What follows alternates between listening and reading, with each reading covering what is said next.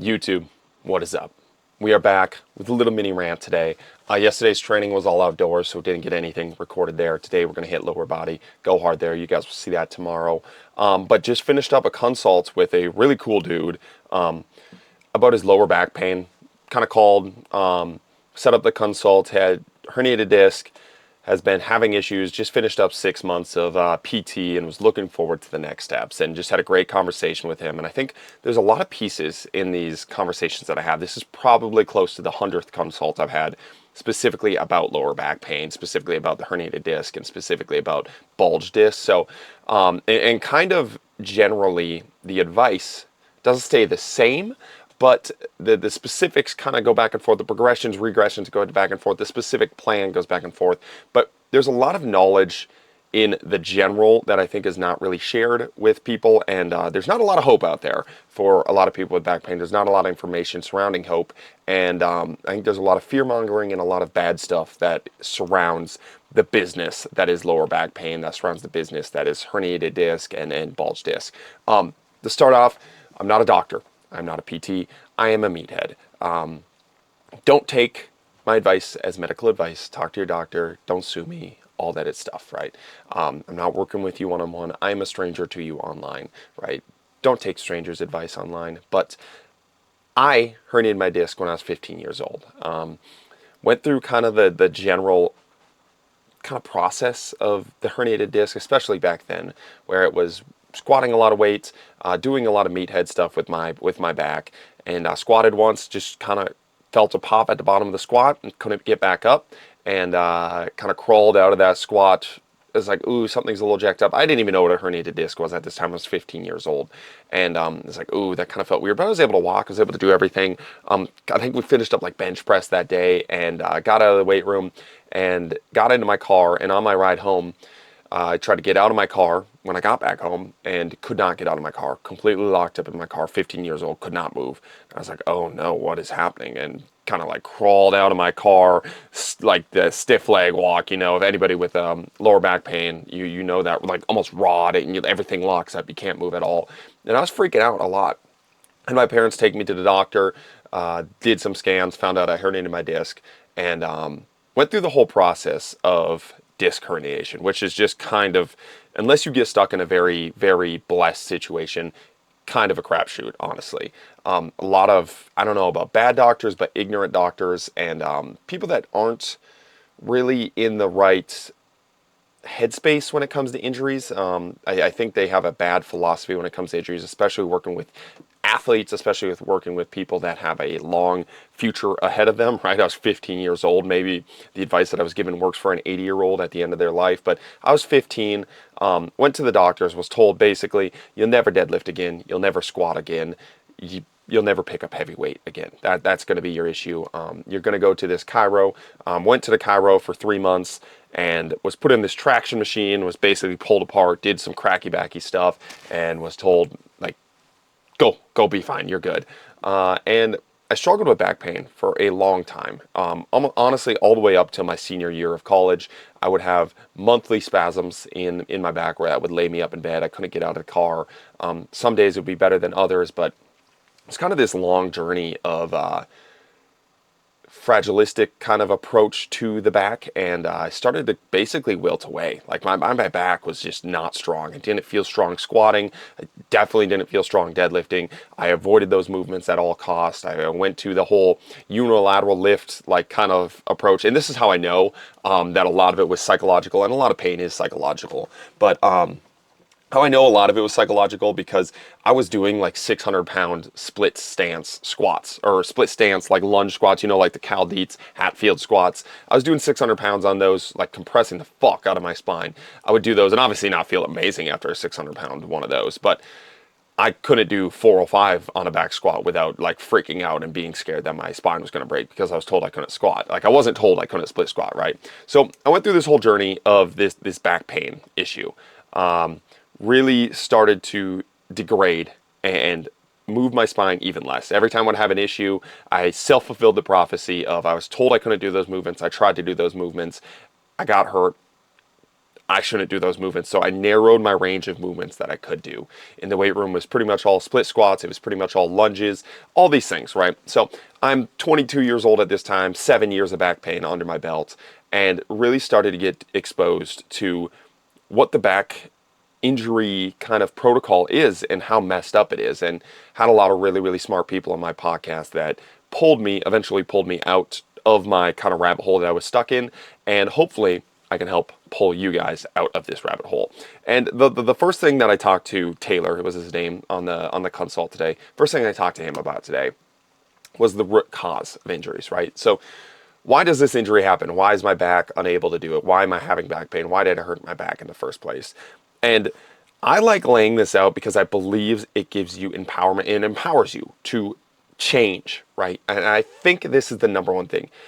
You do not need other people to change to level up your body, right? You can use other people. You can use other interventions. I'm not saying never do these things, right? At the end of the day, if it comes down to a surgery or it comes down to a specialist and that helps you get out of pain, that is the only thing we're trying to do, is get you out of pain and get you back to life. But what normally happens in these situations, and happens in mine, is we give up full power to heal ourselves. We give up full power to change the body that we're currently in and level up our body to be able to handle what we want it to handle. And this is the overarching philosophy when it comes to back pain, is why did it happen?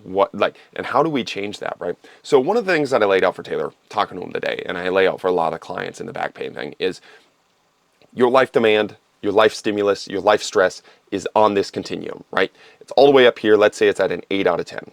Your body is able to handle a 6 out of 10 in whatever movement it is, whether it's compression in the squats, maybe it's your volume of squats, maybe it's the weight that you use, maybe it's the intensity, maybe it's the frequency, right? Whatever it is, your body is unable to handle the demand of life. The stimulus that life is placing on you, you are only able to handle a 6, life is demanding an 8, right? When this disconnect happens here, you have an injury, right? Your body's just telling you, I am unable to handle the stress of life that you are putting me through. I am unable to handle that weight. I am unable to handle your lifestyle. I am unable to handle your frequency, your volume, whatever it may be, right? I'm unable to handle your diet. I'm not able to handle that. And in the traditional chiro PT rehab route, instead of changing where you currently are, this 6, right? Instead of empowering the person to, okay, I want to live a life that is at an 8. I want to live a life that is at a 10 out of 10 stimulus. I want to send, I want to yeet, I want to get after these things. I want a body that is capable. I want to pick up my kids. I want to run. I want to sprint. I want to be a CrossFitter. That was Taylor's thing. He's like, I don't want to say CrossFit, but I want to be an athlete again, man, and I feel like I can't. And I'm like, hell yeah, dude, like we can get you there, right? But instead of focusing on leveling up the body and bringing this part here to match the demands of our sport, most PT, chiro, strength conditioning, all of these fields, it's not one field specifically, is focused on lowering the demands of life, which is a great philosophy on paper, right? Like it makes sense on paper, right? If you're only at a 6, you need to bring the demands of your life down to a 6 and match that. And that's great. Like you will stay out of pain if you bring down your intensity of life. If you come to that 6, if you stop squatting, if you stop deadlifting, you stop walking, you stop moving, right? Stop picking things up. Yeah, you'll probably stop getting hurt. But now you're living life at a 6, right? Like that's not what people want. And that's why I have a problem with kind of the injury prevention model. Is it's not that we don't want to get injured. It's that we want to handle at any cost. We don't want to get injured at any cost, right? Because if you don't want to get injured, you sit on a couch, you lay in your bed, and you live at a 1 out of 1 life. That's not what people actually want, right? Nobody wants that. You don't want to lower your demands of life all the way down to not being able to do anything. What you want is to not get injured at the demand of life that you want, right? So you want to not get injured at the 8 out of 8. You want to be pain-free at the 10 out of 10 lifestyle, right? So what do you need to do? You need to level up your body. You need to go this way, not this way, right? And I think that is the number one premise of how do you change, how do you red pill your philosophy of injury prevention? How do you red pill your philosophy of rehab, of trying to change and get out of pain, honestly? And that's one of the things that I really push for him to. I asked him, and a similar story to most people going through back pain. I was told I can't deadlift. I was told I can't squat. I was told I can't do these movements. I was told to do like less, basically. I was told to level down. And again, that is great. Maybe that's a foundational piece. And at some point, you do have to do that. If you are injured and now you're at a 4 and you're still trying to live life at a 10, it's going to be a long, painful process. But instead of lowering here, we need to bring this part up. And how do we do that, man? We need to focus on the foundational stuff first. And this is what I really wanted to get across to Taylor is that you don't need a massive program. You don't need a ton of massive shifts to start. You just need to level up your body to be able to handle the demands of your life. And this is why I think it's such a freeing philosophy, because what it does is it allows you to lay out the demands that you want in life. I want to sprint. I want to run. I want to hike. I want to pick up heavy things. Okay, so you know these things. This is how you want to live life, right? You have these in this column over here. You know where you want to get to. You know what the end goal is. The end goal is not get rid of these and live injury-free, right? You want to continue to do these and then live injury-free. So how do you get there? You have to create a body that is able to sprint. You have to create a body that is able to hike. You have to create a body that is able to pick up heavy things off the ground. And to do that, we level up the body through a gradual progression, regression type model. Simple as anything that we do in strength conditioning, in PT, in rehab. But I think we approach it backwards, right? Again, we're trying to level down our life rather than level up our bodies. And for most people, something as simple as, and these are basic standards that we kind of set in the back rehab. We don't really do rehab. I don't want to call it rehab because, again, we're not a PT, but in the leveling up process of people. Let's start with walking, right? Something as simple as walking. Most people that I talk to that are in back pain, one, because they're in back pain, and two, because they weren't doing it before, just are not walking, right? They don't have any locomotion in their life. They don't have any movement in their life. Can we get you up to 10K steps a day, right? Let's just start as a basic ass measurement of 10K steps, just to have something that is on the table right in front of you that is trackable and measurable, right? So let's get up to 10K steps a day. You're at 2K steps this week, and that's what Taylor was at. He was at 2K steps. Let's get up to 10K. Let's see how much our body is able to handle that motion. And motion is lotion, man. Once you start moving, and this is one of the things with back pain, the more locomotion stuff you can do, the better you're going to feel. When you're running, when you're moving, when you're walking, getting that spine and vertebrae to move back and forth, especially that kind of SI joint, the lower back pain. And again, we're going to keep it surface level. We're not going to go all scientific. We're going to try and stay meathead. I think I talk better as a meathead anyways than if I try to get the specific names of everything. So, and I think people digest that a little bit better. So chiros and PTs, I understand if we're going to go meathead terminology here, that's okay. I'm all right with that. You can be all mad in the comments about that. But we're going to go SI joint. We're going to go lower back. When we're walking, when we're crawling, when we're doing some sort of locomotion. And again, I count locomotion of anything that's moving the spine and the hands and the limbs like that, right? We're crawling. We're going back and forth, moving the hips and the upper body together. We're walking. Even regressions of and this is going to be out there because a bird dog or a dead bug, I make fun of those in some settings, but there's still some sort of locomotion, right? Like a bird dog or a dead bug, it's just basically walking broken down, right? Supermans are the same thing, walking broken down. Tommy John's a huge fan of these. It can be amazing tools, right, to just add into your repertoire. Let's start locomotion. Let's start with locomotion. You don't need any special tools. You don't need anything cracky-backy wise. Let's just start walking, right? And if we can't walk or we can't get those steps in, or you can and you just want to continue to add stimulus, let's start with dead bugs and let's start with bird dogs, right? Let's start with Supermans on the ground. Let's work up to 10 reps, okay? Let's work up to 20 reps. Let's work up to 50. Let's go all the way to 100. Let's see if we can do 1,000. Let's see how many reps we can get in 5 minutes. That was Dr. Tommy John's, one of his main measurements is how many touches in a Superman cross crawl. So you're laying flat on your stomach. You're going opposite arm, opposite leg, reaching, marching on the ground. Can you get 250 touches there in 5 minutes? That's one of his baseline measurements. And most athletes and 99% of people with lower back pain cannot do that, myself included when I was in those settings. How about crawling? How far can we crawl if we put 1 minute on the clock? How far can we crawl if we put 5 minutes on a clock, right? And can we crawl for 5 minutes continuous? That's another nice little baseline measurement that we do at our gym. It's brutal, man, but leveling up that locomotion and just getting that locomotion stimulus, again, leveling up the body from the 6 to be able to handle the 8 out of 10 life that you want to live, the 10 out of 10 life that you want to live, leveling up this way is super powerful. And most people are unable to do it. And that's where we talk about the low-hanging fruit here is we don't need a special program. Taylor was asking, well, how much is it going to cost to work with you one-on-one? I told him, dude, don't work with me one-on-one right now. Just let's get up to 10K steps. Let's start implementing these crawls. Let's see how much better we feel with some of this very, very baseline stuff, just adding in basic locomotion. How much better do you feel? I remember during COVID, it was the first time that I really tried to nail down this stuff, and I started crawling, and I was able to crawl for like maybe 30 seconds straight, and my lower back would lock up, and I was like, man, that is crazy. Superman cross crawls absolutely ended me, and still is not a thing I'm very great at, and that's just telling me my spine is unable to handle those motions, right? And this is where part of PT, part of chiro, part of rehab can be great, right? And this is where I don't want to totally destroy bird dogs, dead bugs, walking. Like they get made fun of a lot, and rightfully so. But here is the nuance here, right? Bird dogs and dead bugs can give you that 5 out of 6 stimulus. And for many people, that 5 out of 6 stimulus for a certain period of time is a massive stimulus for people, right? Like a simple bird dog and a simple dead bug, that locomotion is too much for them, right? Or that has to be broken down, or they can't do 10 reps without being super fatigued, right? I was talking to Taylor, he was unable to do, I think it was dead bugs, he said, was the one that like 10 reps in, he felt super pumped up and super like, it was almost too much, right? So this is where rehab and these base level measurements can be super helpful. This is where the start of the rehab process can begin in these simple, super small, low stimulus exercises. The problem with rehab here, and this is the problem with the McGill method. This is the problem. I mean, there's a lot problem with the McGill method, but just with these certain exercises, the big three, is we don't progress past that again, right? So we just level up the body to the point of that 5 or 6 out of stimulus, and now they're able to do dead bugs and they're able to do bird dogs, and that's all we focus on, right? We need to get them, again, they want to survive an 8 out of 10 life. They want to survive a 10 out of 10 life. We need to progress those movements.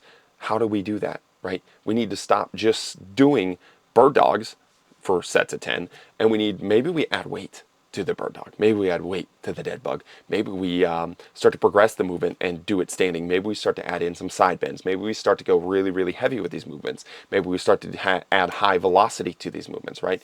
And I think that's the part of PT and rehab that is the biggest issue, is we never go past the beginning stages of rehab, the beginning stages of training.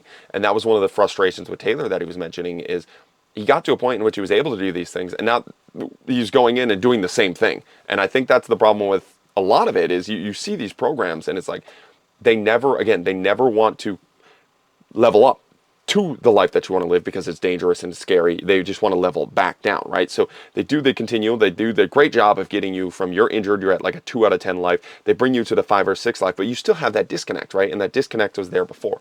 So this is where we have to start doing specific spinal movements, specific spinal training, right? So we want a spine that is able to flex, extend, rotate, bend, right? We want a spine that's able to do all these things. And the reason our spine is not able to do these things is because we don't train it to do these things. And this is unbelievably freeing for most people because it allows you to have power over that, right? Like you aren't able to not do them because you're unable. You're not able to do them just because you haven't done it. In the same way in which you wouldn't load up a squat with 4 plates on it right away and put 4 plates on the bar, start squatting up and down. A high school kid, first time squatting, you put 4 plates on the bar, he's going to get absolutely crushed and probably get injured, right? You try to give a stimulus of 10 out of 10 life here. They're at a 2 out of 10. They're just learning how to squat. Of course, they're going to get crushed, right? And that's the thing with a lot of these spine movements and just with life, right?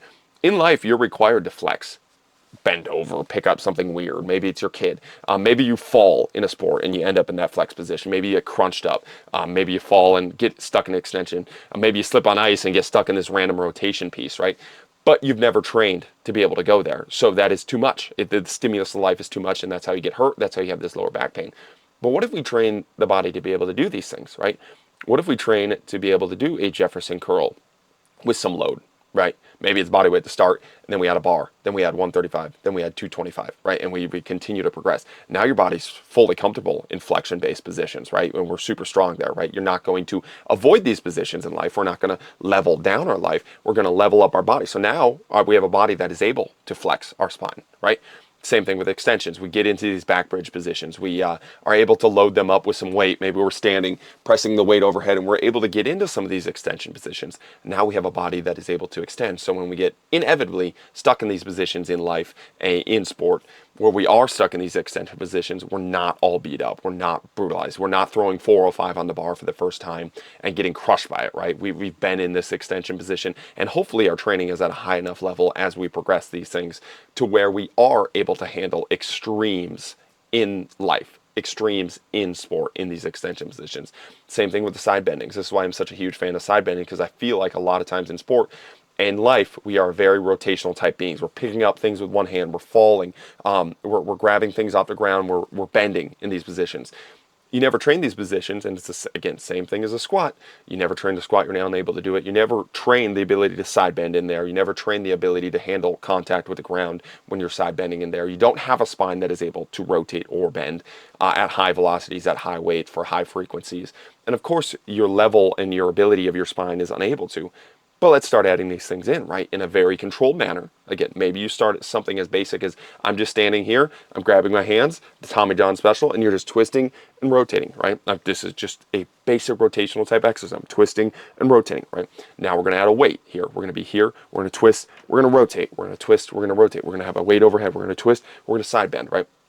But we're building up a spine that is gradually able to handle these positions rather than a life that is unable and kind of fairy tale like of saying we're just going to avoid these positions, right? So level up the body with these exercises, have a spine that is able to flex, extend, and rotate and bend in all of these positions under weight with high frequency, with high velocity, gradually progress to be able to go there, and have a spine that is able to survive these things. And these progressions can be super slow. And this is the same with the walking. This is the same with any of these exercises. Is it doesn't have to be super fast. Again, we're talking with Taylor. I'm talking about going from 2K steps to 3K steps for a week. And he right away, he asked, and this is a lot of people with lower back pain. They just want to hop back into it. They want to, well, should I go 10K steps next week? No, go 3K steps, okay? Let's get gradual progress. Let's not just throw 25 pounds in our hands and twist right away. Let's just do body weight, like 2 sets of 10 body weight. Wait and see how the body responds to it. Was the stimulus enough to create change? How do you feel? Do you feel good? If it was too much, let's back off. If it's feeling great, let's continue to progress. So next week, Taylor got 3K steps this week. Let's next week do 4K steps. We get to the end of the week, 3K steps. He's like, dude, I feel shot. My lower back's just a little bit flared up. We're going to stay at 3K steps for this week, right? Maybe it's 2 weeks of that. Maybe it's 3 weeks of that. But gradual progression. It does not have to be a massive jump into these things. Gradual leveling up of the body. And this is the thing, you have time to do these things, right? Our goal with Taylor was by the end of the year, be fully functional, fully on a program, right? So he has 6 months to do this, 7 months to be able to do this. These 7 months of leveling up the body, these 7 months of gradually progressing is going to pay off for a lifetime of a spine that is able to function, right? It just has to be done in a controlled manner. Because one of the issues with people with lower back issues is there are really good days and there are really bad days. And on your really good days, and I was definitely a culprit of this, on my really good days, I'd feel amazing. I'm like, dude, I can go squat. So I go squat a bunch of weight, and this is specifically bad in high school. It'd be like, I'd feel good one day out of the week. And this was like a month after injury. And I remember I threw 405 on the bar in high school. I squatted down, got back up, and I was wrecked for 2 more weeks after because I felt really good one day and I just fully sent it, gave myself a 10 out of 10 stimulus, wrecked myself for 2 more weeks and just dug myself a deeper hole, right? Whereas the progression-based model is going to be, okay, I'm going to squat. I feel good on this day. I'm going to squat 135. Let's see how the back handles it. Okay, it handled it well. Next week, when I feel good, I'm going to go 185. I'm just going to gradually and slowly progress these things so that I can do 405 consistently, not just 405 on my great days. And on the other end of things, when things get bad, and this is where a lot of people really hurt their progress, I believe, is they have a bad day. And bad days happen in injuries. Bad days happen in rehab. Bad days happen in training, right? It's no different than just sleeping bad and just like not being able to hit your PR when you're fully healthy, right? Same thing with your back. You're going to have bad days where it's a stressful day. Maybe you did something silly the day before, maybe you just pushed a little bit too hard. And there's going to be a day where you get out of bed and you're like, oh my God, I feel like I'm 100 years old, right? I've had plenty of those days in my past where I could not get out of bed. And in those days, I would completely freak out and feel like I need to change my program. I need to throw everything out. I pushed too far. That's another thing. I'd be like, oh, I can never squat again. Like, see, I told you I squatted and now I'm stuck in bed. And it's like, it wasn't the squat. Right? It was too much progression on the squat. I don't need to throw everything out. I need to handle the ebbs and flows of this rehab process much better to be able to last longer, right? Be able to have a spine that is able to function for the rest of my life rather than trying to fix everything in one moment and throwing everything out in the next moment. So I think gradually progressing and regressing exercises and dealing with where you are and having enough faith and understanding the body's capability of healing. And this is another backboard message for a lot of people with lower back pain, a lot of people going through these issues is your body will heal, right? Have enough faith in your body's capabilities of healing.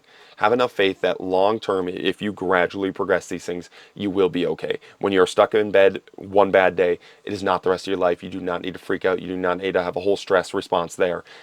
It's okay. Your body's going to heal. Your body's going to get back. There is hope there. And when you have hope and you understand these things, you can set out a plan, a logical plan, rather than sitting reacting to everything. Or in the most part, and this was me specifically, I didn't have any hope that my body was ever going to get better, because everything I was told was, you're not going to get better. You're not going to be able to squat. You're not going to be able to pick up heavy things. You're not going to be able to sprint, right? You're going to have to level down your life, right?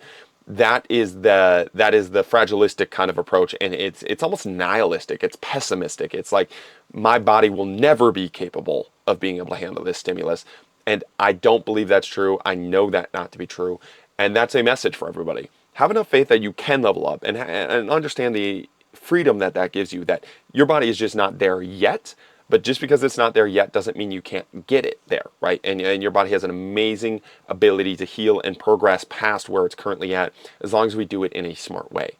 And doing it in a smart way can be as simple as fixing some general health things too. This is one of the things we talked about with Taylor, was simple things like weight, man. And adding in the walking, right, is going to be a huge piece of just lowering your weight. But one part of how can you, rather than take everything out of your life that is stressful, rather than taking out the things that you want to do, how can you lower the daily stress levels? Dude, how about we lose 20 pounds, right? If we're a bigger dude, how about we lose 20 pounds, and then everything we do is taking a weight vest off, right? So one of the things we talked about with Taylor was going from 275 to 250. We're 250 pounds. We just took off a 20 lub weight vest, and now every movement we do is 20 pounds less, right? So that's a way that you can lower the stimulus of your life down without removing the things that you want to do, and we're getting closer to that gap, right? That's our goal. We want to match these two things, right? So maybe we lower the stress that is our body weight, okay? How about lowering the stress that is our food? I remember in college, one of the things that I would do a lot, I was a dumbass, but I loved Sour Patch Kids, dude. And every time I would eat these Sour Patch Kids, I would eat a whole bag of it, because I'm a dummy and an addict. I love sugar. I'd have a massive inflammatory response the next day.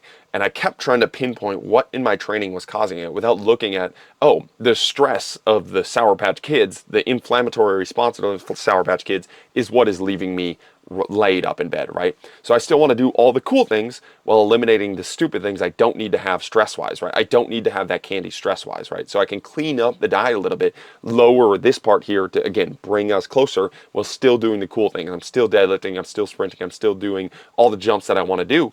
I just don't have the stress of a massive body weight, and I don't have the stress of the sugar. So whatever it is for you, maybe it's alcohol, maybe it's weed, but things that are causing inflammatory responses, we can lower those things. So that can be a definite part of leveling up the body and lowering the stress at the same time. Leveling up the body in the sense of we're walking more, we're being more active, we're getting stronger, and now we have less weight, and now we have less of an inflammatory response, and we're getting these two things to match up just a little bit more. And once we get closer to matching up these two things to where they are functioning together, our stress of our life and our capabilities of our body are matched, and we're going in the same direction, that is when we can get a performance program that is, we're maxing out these things. We're continuing to now raise the stress levels of our life, because that's the goal, right? Like raise the stress levels, raise our capabilities, raise the cool things that we're doing, right? So we were doing 8 out of 10 cool things. Now we want to do 10 out of 10. I want to go for a bigger hike. I want to go for a bigger squat. Once we match these two things, now we can bring these things together, right? So I want to squat more. Now I'm back to my old squat. I'm back to my old hike. Now I want to squat more. So now I'm going to stretch this here, and I'm going to have to level up my body more here. So maybe that's more squats. Maybe that's more spinal movements. Maybe it's more weight. Maybe it's more frequency. But we can do these things together as long as we match them, right? So now we're matched. Now I want to hit a ball 500 feet, okay? That's going to require a spine that is able to handle the amount of swings that gets me there, right? Because it's going to take a lot of practice. It's going to take a lot of force through the spine, right? So now I got to do more side bending. So my goal is here. I got to do more side bending. I got to do more swings. We're going to come here, right? And I think that is the beauty in matching these two things, rather than the only solution is lower the stress of life. Couple things I had in my notes here that I also wanted to mention that I talked to Taylor. Getting sunlight is huge. Getting outside, just raising the general quality of your life, cleaning up your diet, getting sunlight, getting good sleep, simple things like that, massive benefits and very low investments into the things to be able to lower the stress of your life, raise the abilities of your body, super simple things.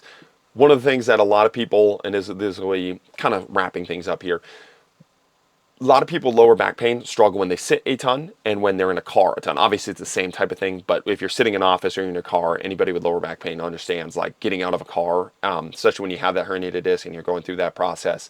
It's brutal, man. I remember times where I'd just literally be stuck in the car. This was, again, from 15 to 22, I would have flare-ups where it would be in the car and I literally could not get out and I'd walk like I was a hunchback, right? Movement is going to be your key. I do not believe smoking or sitting is the new smoking for most people, but for people with lower back pain, it definitely can be. It can be an absolute culprit and killer for what you're doing, right? It locks everything up. You don't feel good. And adding in general movement when you are sitting is a key that I give Taylor that I think I can give a lot of people is simple things as like moving when you're driving, like literally as silly as it is, side bending when you're driving. You're driving and you're just moving the spine a little bit. I know Dr. Tommy John just like butt squeezes where he's picking up his leg and squeezing. You can even go like leg extensions, especially in long car rides, but especially when you're sitting in an office too for 8 hours a day if you're working. Trying to add in micro and mini movements throughout the day, massive amount of stimulus added up. It's like compounding interest, right? You're investing the penny every single day with compounding interest, going to make you a millionaire. Same thing with these movements. You're investing the side bends every single day, the twisting, the neck bends right here. You can do a four-way neck when you're doing sitting and typing work, side to side for 50 reps, forward back for 50 reps, rotation 50 reps. Maybe you can't stare at your computer when you're doing rotations like that. You can go simple extension and flexion patterns when you're sitting just like this, and the same thing you can do the same thing when you have like shoulder issues. Like I want to really like is just rotating pieces like that, kind of that move your joint kind of philosophy there. But if you are stuck in a car, you are stuck sitting, adding in those micro movements throughout the day, absolute moneymaker. One thing I kind of forgot to touch on in the whole rant, but general thought process of this rant is don't level down your life. Keep the cool things that you want to do, level up your body, and understand you have the freedom to do that and that your body is fully capable of doing so, right? You don't need somebody else to be able to do that. Doesn't mean throw out all advice, doesn't mean throw out all the specialists. Use them to be able to level up your life. Don't use them to level down your life, right? Level up your body, don't level down your life. And your body has the capability of doing these things and surviving, and you will get better and you will heal. All right, so that's our message for today. We're going to go on this, we're going to go hit some Olympic lifts. We're going to go crush our spine today and hit plenty of cool things that our spine was not capable of doing even 3 years ago, 4 years ago now at this point, right? Now I'm 28 now, I guess. So maybe it's 6 years ago. I'm freaking old, man. Man, that was 13 years ago that we had the back injury. That's crazy. But my back has never felt better. It's more capable. And psychologically, I am not scared of movement. And I think that is a big piece of it. So if there's one piece I can give you, you are capable. You can heal. We'll be back tomorrow. Keep chopping wood.